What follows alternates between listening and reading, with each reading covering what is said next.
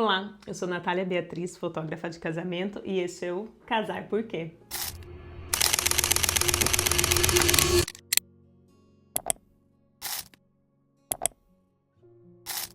Seja bem-vinda a mais um vídeo desse canal. Muito obrigada por você estar nos acompanhando. E hoje o nosso tema é: tenha um casamento honrado. Como você sabe, eu tenho vindo compartilhar com você um pouco do que eu tenho vivido no meu casamento, que hoje, o dia que eu estou gravando, é dia 6 de novembro, então amanhã estarei completando 16 anos de casada. E provavelmente a hora que for ao ar já vai ter passado essa data. Mas esse tempo eu tenho aprendido muita coisa, ainda estou caminhando, mas o Senhor sempre esteve me empurrando e me puxando para esse lugar de compartilhar aquilo que Ele tem me instruído e me ensinado. Então eu estou aqui em obediência ao Senhor para compartilhar com você o que Ele mesmo tem me ensinado para aplicar no meu casamento. E hoje é esse tema: tenha um casamento honrado. Honrado, no dicionário, ele significa que tem honra, que é honesto, que é digno de respeito. E ele se aplica a pessoas. Afinal, o casamento se refere a duas pessoas, né?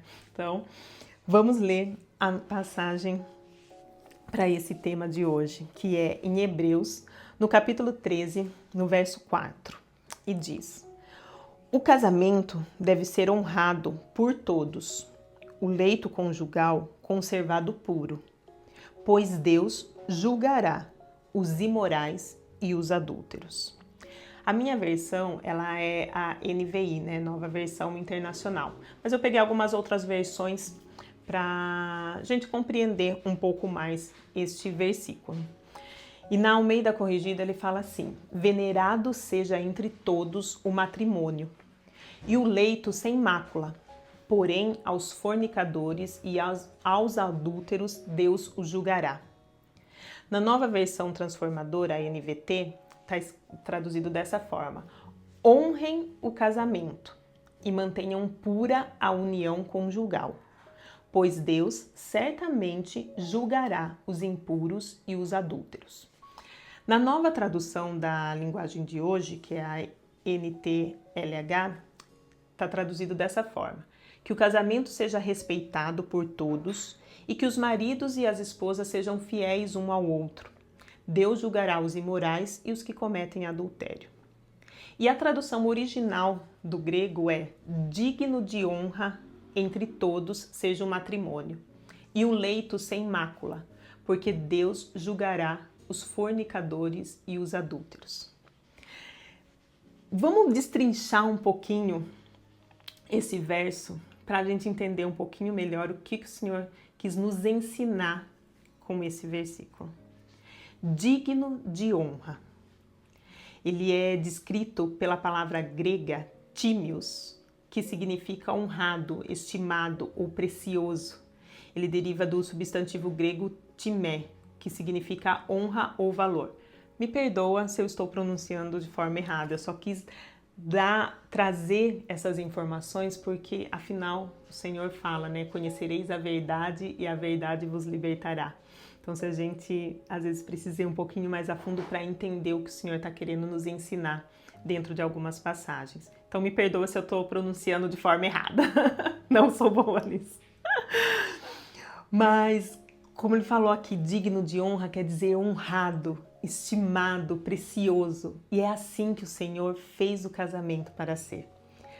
Algo na nossa vida que é estimado, que é precioso demais.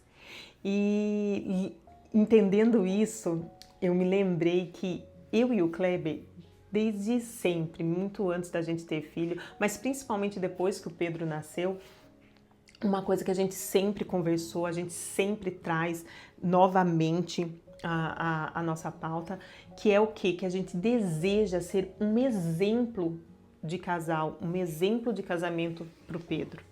Eu quero que meu filho cresça, que ele olhe, que ele deseje ter um casamento como os dos pais. nunca passou pela nossa cabeça. Na verdade, a gente sempre lutou contra isso, né? Vencendo as nossas limitações, as nossas falhas, né? Buscando sempre melhorar um com o outro, justamente para isso, para que o Pedro ele tenha uma referência viva na vida dele, de que eu quero, Senhor, eu desejo ter um casamento como o dos meus pais. Que ele nunca pense, Deus me livre, que o meu casamento não seja como o dos meus pais. Nunca. Então, assim, por quê? Porque a gente entende que o casamento ele é algo precioso, ele é algo honrado, é algo que Deus criou. E quando ele continua aqui no verso, né, que seja um leito sem mácula. Leito ele é descrito pela palavra grega koité, que significa cama, leito, lugar para dormir. Ele deriva da raiz do grego keimai, que significa deitar-se, estar deitado ou repousar. Olha que interessante, essa é uma raiz também que está presente em outras palavras gregas e, por extensão, em termos de origem grega usados em português, muitas vezes relacionados ao ato de dormir ou deitar. A palavra em português coito também tem uma raiz em comum, embora ele venha do latim coitus, que é o sentido de ir junto ou unir-se para o ato sexual, que em grego pode estar relacionado ao sentido de deitar-se junto, implícito em certos usos do coité. E aí, né, essa é a parte do leito, e sem mácula, ele é descrito pela palavra grega amiantos, que provém da combinação do prefixo negativo a, que significa não ou sem, com raiz do verbo miaino, que significa sujar ou compurcar. Então, portanto, a raiz da palavra, excluindo o prefixo de negação, ela é relacionada a se sujar, a manchar. Então, o significado de amiantos, que é puro, né, imaculado, não contaminado, incorruptível. E esse deve ser o leito dentro do matrimônio, dentro do casamento. O leito, ele realmente se refere à vida íntima do casal, né, que deve ser mantido dessa forma, puro, incorruptível, sem mancha, sem sujeira, né? Então, vamos ir um pouquinho mais além e entender uma coisa, que isso é muito importante e muito revelador. Como eu falei, eu trouxe todo esse destrecho desse verso porque o Senhor fala, conhecereis a verdade e a verdade vos libertará. Talvez você esteja hoje assistindo esse vídeo e precisando de uma libertação no seu casamento. Talvez você esteja orando, Senhor, restitui o meu casamento, restaura o meu casamento. E é isso, é conhecer a verdade, porque só a verdade vai nos libertar, só a verdade vai trazer essa restauração. Então, a gente precisa entender uma coisa, o casamento, ele vai além de um simples estado civil ou contrato social. Muitas vezes a gente fala, né, às vezes está vivendo uma vida ali, fala assim, para que eu vou me casar? Só mais um pedaço de papel. Não. Casamento não é só mais um pedaço de papel, não é só mais um documento que nós temos que apresentar como certidão de casamento, como o RG, como o CPF, como outros documentos que nós temos. Não. Casamento, ele vai muito além. E nós vamos perceber isso lá no princípio, em Gênesis 2, no verso 24, 25. Está escrito: por esta razão, o homem deixará pai e mãe e se unirá à sua mulher, e eles se tornarão uma só carne. O homem e sua mulher viviam nus e não sentiam vergonha. Esta passagem, ela revela, ela traz o sentido de que o casamento, ele é uma aliança estabelecida desde o Éden. É lá no princípio o Senhor já estabeleceu o casamento. E entender isso, ele estabelece um princípio teológico muito fundamental, que é o quê? O casamento, ele é uma aliança sagrada e espiritual instituída por Deus. Então, quando você entende que casamento não é só mais um pedaço de papel, não é só mais um documento, não é só mais uma formalidade, não é o seu estado civil, não. Casamento, ele é uma aliança, uma aliança sagrada, uma aliança espiritual que foi instituída por Deus desde o princípio, desde o primeiro homem e mulher que ele criou. E quando ele fala aqui, né, o se tornar uma só carne, às vezes a gente compreende uma só carne como uma união sexual. E não, ele não se limita só a isso, mas ele envolve uma união completa, que é a união física, que é sexual e biológica, que é a união emocional, que é o companheirismo, o afeto, o carinho, o amor, que é a união espiritual, um propósito comum, uma aliança, onde juntos nós buscamos o reino dos céus. O que eu estou tentando trazer aqui nesse vídeo hoje para você, nesta palavra, é um alerta, é te chamar a atenção para a restauração do modelo divino do casamento. A gente tem, como eu falei, eu sou fotógrafa de casamento, eu estou há mais de uma década trabalhando nesse ramo e a gente vê muitas vezes o quanto o mundo, não precisa ser trabalhar num ramo de casamento, né? Você ligar a televisão, você abrir as redes sociais, hoje a gente vê o quanto cada vez mais a influência do mundo é em deturpar a visão do casamento, em acabar com o conceito, com a instituição, com essa aliança que o Senhor criou, que é o casamento. Porque o casamento ele é uma representação mais próxima do relacionamento da igreja com Cristo. O Senhor mesmo comparou isso. É a relação mais próxima que existe. Então, hoje o que eu estou tentando trazer para você é isso. É essa restauração, é te chamar a atenção para você buscar dentro do seu casamento esse modelo divino de casamento que o Senhor criou lá no princípio, lá na criação do mundo.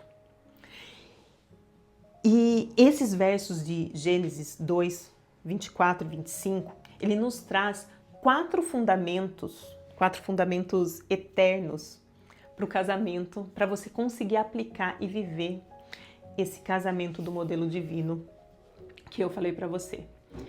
Então ele começa primeiro com o verbo deixar. Por esta razão o homem deixará pai e mãe. Deixar significa abandonar com decisão, deixar para trás com firmeza. Quer dizer que esta nova união, o casamento de vocês, ele exige uma prioridade sobre os laços anteriores da sua vida, inclusive sobre os laços familiares. Muitas vezes o nosso casamento não está dando certo porque a gente ainda não conseguiu deixar. E não é só o homem, muitas vezes é nós como esposa, a gente não consegue largar o conselho da nossa mãe e ir buscar o conselho da avó, da tia, da amiga. Não corta às vezes o cordão umbilical. E é isso que o Senhor está falando, deixar. Hoje, depois que você se casa, a sua prioridade de laço é o seu esposo. Assim como a prioridade de laço do esposo é a esposa. O casamento agora, ele torna-se a principal relação de aliança humana que você tem. Então, o seu cônjuge é a principal aliança na sua vida, a principal aliança humana que você tem. Consegue compreender a grandeza disso? Às vezes o seu casamento não está fluindo, não está prosperando, não está crescendo no Senhor, porque você ainda não conseguiu deixar. Você ainda não abriu mão dos laços que você tinha anteriormente. Ah, mas eu não consigo me desapegar da minha família. E isso é algo muito sério, porque a gente continua trazendo sobre o nosso casamento, às vezes, padrões que o Senhor quer romper, que o Senhor quer que termine ali, que cesse em vocês. Às vezes Deus quer construir algo novo a partir da sua família, a partir do seu casamento, do seu relacionamento, e o Senhor não consegue te entregar isso porque você não consegue deixar, não consegue romper esses laços anteriores. O segundo fundamento nessa palavra é o verbo unir. Por essa razão, o homem deixará pai e mãe e se unirá à sua mulher. Unir significa apegar-se, colar, fundir-se. É uma linguagem que representa um pacto de fidelidade, sabe? Um compromisso de exclusividade, de permanência, de lealdade. Então, você consegue entender como é necessário a gente deixar para conseguir se unir? Porque você só vai conseguir dar essa exclusividade para o seu esposo, você só vai conseguir permanecer ao lado dele, independente do que aconteça, continuar leal a ele, se você tiver deixado os laços anteriores. Porque às vezes a gente vai ser confrontada e colocada em posição de que a gente vai precisar abrir mão daquilo que a gente aprendeu, abrir mão daquilo que a gente trouxe dos laços familiares, dos laços parentais. E é aí que você usa esse fundamento do unir. Se você não tiver deixado, você não vai conseguir unir em tudo. E o terceiro fundamento é o verbo ser, né? E eles se tornarão, eles serão uma só carne. Então, esse verbo ser expressa uma fusão completa de duas pessoas totalmente distintas.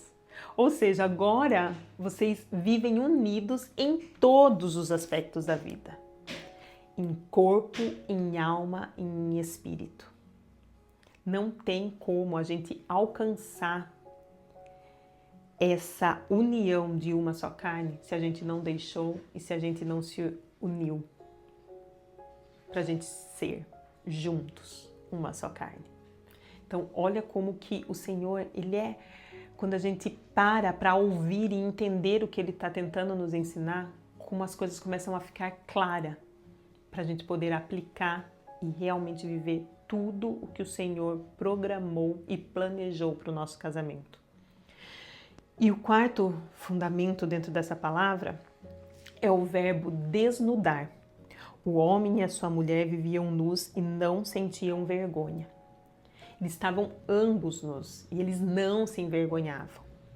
A ausência dessa vergonha, ela expressa uma transparência emocional, uma vulnerabilidade espiritual, uma pureza de relacionamento.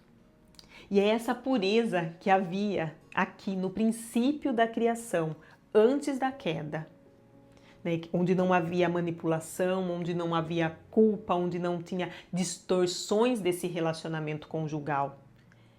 É essa pureza que nós devemos buscar. É esta pureza que é o modelo desse casamento divino, do casamento que Deus criou, do casamento que Deus ainda busca em nossos relacionamentos. O autor de Hebreus, ele continua explicando, né? Deixa eu abrir aqui novamente para acompanhar com vocês. Ele continua explicando o porquê nós devemos buscar e conservar o nosso leito conjugal de forma pura, de forma sem mácula. E ele fala, por quê? Porque Deus julgará os imorais e os adúlteros. Então, após a introdução do pecado, o pecado ele trouxe essa quebra de aliança. Ele trouxe a culpa, ele trouxe a vergonha, ele trouxe a imoralidade sexual, ele trouxe o adultério para a vida do ser humano. E mesmo nós estando em Cristo, o pecado ele tenta se infiltrar em nossa vida em todo o tempo. Então aqui, na verdade, é um alerta do Senhor de que nós, como esposas, nós, quando decidimos nos unir a outra pessoa, nós como filhas do Senhor, como cristãs, nós temos que estar em todo o tempo buscando manter o nosso leito conjugal puro, sem mácula, sem mancha, sem forma alguma de algo que possa trazer a imoralidade sexual ou adultério dentro do nosso casamento. Entenda, o casamento ele passa pelo leito. Então a vida íntima do casal ela é importante. E você só salvará o seu casamento da imoralidade sexual, do adultério, se você priorizar essa área dentro do seu casamento. Muitas vezes eu cresci num ambiente religioso que era muito cheio de usos, de costumes, e muitas vezes eu vi esses assuntos não serem abordados. E eu vi de perto, de muito perto, muitos casamentos, sendo casamentos fracassados, sendo casamentos que continuavam ali juntos apenas por causa da igreja, apenas por manter cargo, apenas por manter as aparências, mas pessoas infelizes dentro do casamento. Um marido que não sabe tratar bem a esposa, uma esposa que não consegue honrar o marido, uma esposa que não consegue se submeter ao marido, porque o marido não consegue amá-la como Cristo amou a igreja. E falar sobre vida íntima, então, menos ainda. Quantos casais infelizes achando que a vida íntima dentro do casamento era apenas para a procriação, esquecendo-se de que o Senhor nos proporcionou isso também para um deleite dentro do casamento. Então, entender isso é o que vai proteger a nossa união e continuar refletindo esse casamento nesse modelo divino, onde a gente vai conseguir acessar ao Senhor, onde a gente vai conseguir realmente resplandecer o Senhor, onde a gente vai conseguir, tendo um casamento honrado, porque, entenda, o nosso casamento, a nossa família é o nosso primeiro ministério. Não importa o cargo que você tenha dentro da igreja, não importa a função que você tenha profissionalmente, não importa nada na sua vida se a sua família não for bem administrada. Então, na Bíblia fala, um pastor que não sabe conduzir a sua casa, ele pode ser o pastor mais amado da face da terra. Ele está errado, porque ele não soube conduzir a sua casa. Então, a nossa casa é o primeiro ministério, é onde Deus irá nos cobrar sim. Irá nos cobrar sim daquilo que a gente está fazendo. E tudo começa nisso, no casamento, na união do casal, para depois poder passar para os filhos e assim ir permanecendo. Então, como eu falei, eu cresci num meio tão religioso que eu via isso, casamentos sendo fracassados. Por quê? Porque não conseguia compreender a forma que Deus criou o casamento para ser. E aí se afasta, e aí não consegue se dedicar um ao outro, não consegue manter o casamento honrado porque não tem um leito conjugal conservado puro. Como é que a gente faz isso, sendo que homem e mulher são dois seres completamente diferentes, e isso a gente percebe já desde o começo da convivência de um casamento. A partir do momento que a gente passa a morar juntos, a gente percebe de que realmente somos totalmente diferentes. Temos coisas em comuns? Temos. Como eu comentei naquele outro vídeo, quando eu fiz a demonstração do café com a água. Temos coisas em comum? Temos, mas também temos muitas coisas diferentes. E aí a gente precisa ir se modelando, se encaixando e entrando para que a gente consiga se encaixar um no outro. Só que o homem e mulher, eles são diferentes até mesmo na vida conjugal, até mesmo na vida íntima. Porque a mulher, ela precisa de intimidade, de uma proximidade emocional no dia a dia, para que então ela consiga desfrutar dessa intimidade sexual no corpo com o esposo. Já o homem, ele é completamente diferente. Ele precisa dessa intimidade sexual, de se sentir na esposa, para que então ele possa se sentir íntimo e dar a ela essa proximidade emocional no dia a dia. Então, como que a gente faz para ter esse encontro? Como conseguir alinhar essas coisas, sendo que somos tão diferentes. Como eu estou falando com você, mulher, eu te falo hoje, seja sábia. Provérbios 14:1 diz, né? Toda mulher sábia edifica a sua casa, mas a tola derruba com as próprias mãos. Então, vá você primeiro a esse lugar que ele precisa. Dê o primeiro passo. Se você está nesse vídeo é porque, como eu falei, Deus está levando essa palavra para você. Então, seja o primeiro a dar esse passo, seja sábia. Decida lutar pelo seu casamento, decida conservar o seu casamento como um casamento honrado. Decida hoje guardar o seu leito conjugal, conservando ele puro e sem mácula. Então vá primeiro. Eu, como eu falei, estou completando 16 anos de casadas, mas eu levei mais de uma década para entender isso, para conseguir compreender todo esse contexto, para conseguir ter essa clareza, né, desse formato de casamento, que é o casamento que Deus projetou lá no início da criação. E por causa disso, eu sim, quase acabei com o meu casamento, por não ter esse conhecimento. E um dos primeiros passos que me ajudou a caminhar nessa direção, a agir com sabedoria, foi quando eu li aquele livro As 5 Linguagens do Amor, do pastor Gary Chapman, acho que é. Não sei se pronuncia assim, gente, perdão. Como eu disse, eu não sou muito boa em outras línguas a não ser o português. Então, mas esse livro, ele trouxe uma clareza para mim, porque geralmente, pelo que eu li e estudei tudo, a maioria dos casais tem linguagens, no próprio livro ele fala sobre isso, né? A maioria dos casais tem a linguagem de amor diferente um do outro. E sim, a minha e a do Kleber são totalmente diferentes.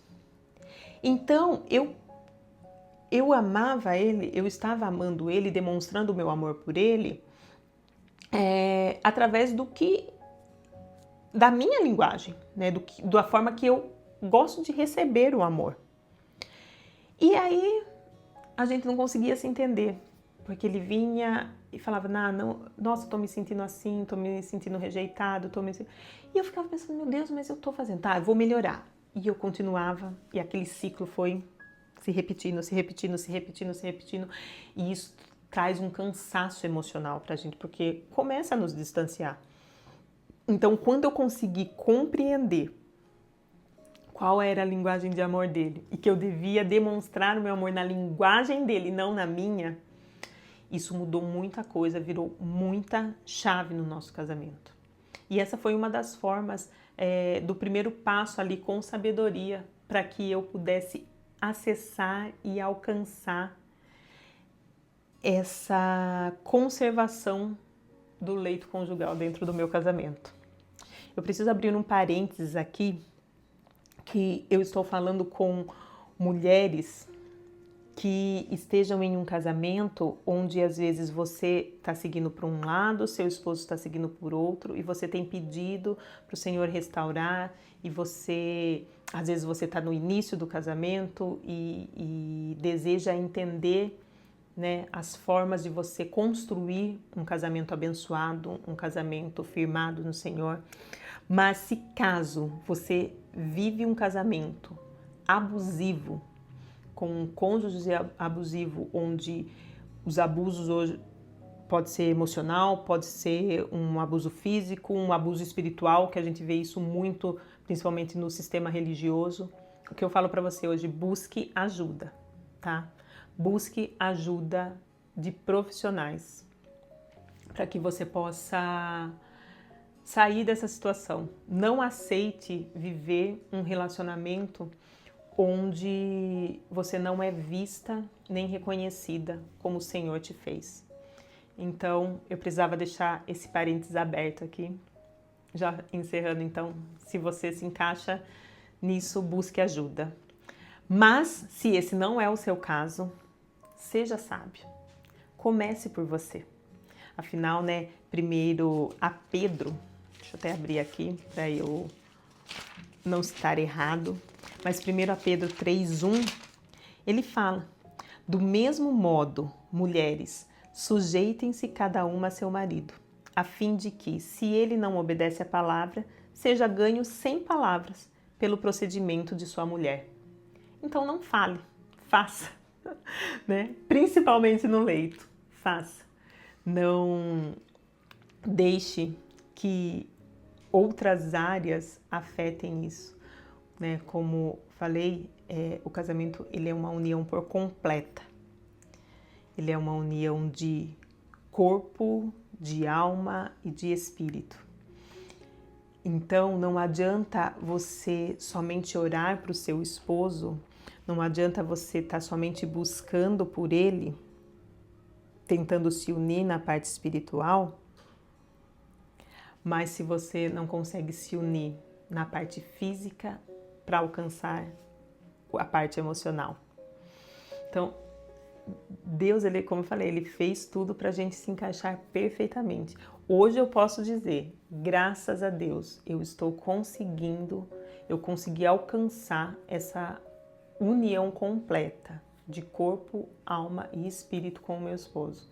E a cada dia a gente tem crescido mais juntos. Porque assim, não é uma coisa que você, a partir do momento que você alcançou, beleza, não. É construindo dia a dia, dia após dia, dia após dia. Até mesmo porque as fases da nossa vida vão mudando e a gente tem que ir se adaptando novamente um ao outro. Então não desista. Hoje você conseguiu alcançar um entendimento do que você pode fazer, um entendimento, e você consegue compreender que pelo casamento ser essa aliança tão divina, essa aliança tão perfeita que o Senhor fez, que é por isso que tanto o inimigo tem atacado os casamentos. É por isso que a gente tem visto tanto crescimento de divórcios, é por isso que tantos casamentos são tentativas de destruição mesmo, né? Como está escrito ali em Hebreus, se você não cuidar, a imoralidade sexual e o adultério vão alcançar o seu casamento. Então depende de você, do quanto você está disposta a se doar, a se entregar, a buscar e a fazer, né? Como eu falei, não fale, faça. Então comece a agir a partir de hoje. Peça clareza ao Senhor, peça discernimento a Ele, peça para o Senhor te conduzir em cada atitude. Mas meu esposo, ele ainda não se entregou ao Senhor, ou eu não consigo ter a gente está num momento tão difícil que a gente não consegue ter uma abertura de fala, uma comunicação, a nossa comunicação está comprometida. Comece a orar e comece a fazer, comece a buscar. É o que Pedro está falando aqui. Você não precisa nem falar, é a sua atitude que irá ganhar o seu esposo.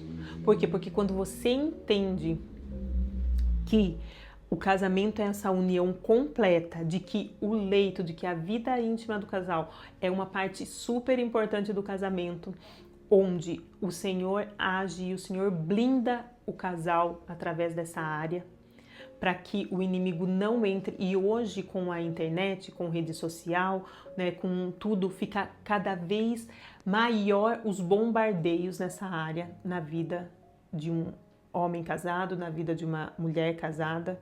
Então, quando a gente decide se blindar, e uma das formas de se blindar é conservando o nosso leito conjugal sem mácula, sem mancha, impune de qualquer coisa. Quando você faz isso, você começa a blindar o seu casamento, a blindar a mente do seu esposo, a blindar a sua mente.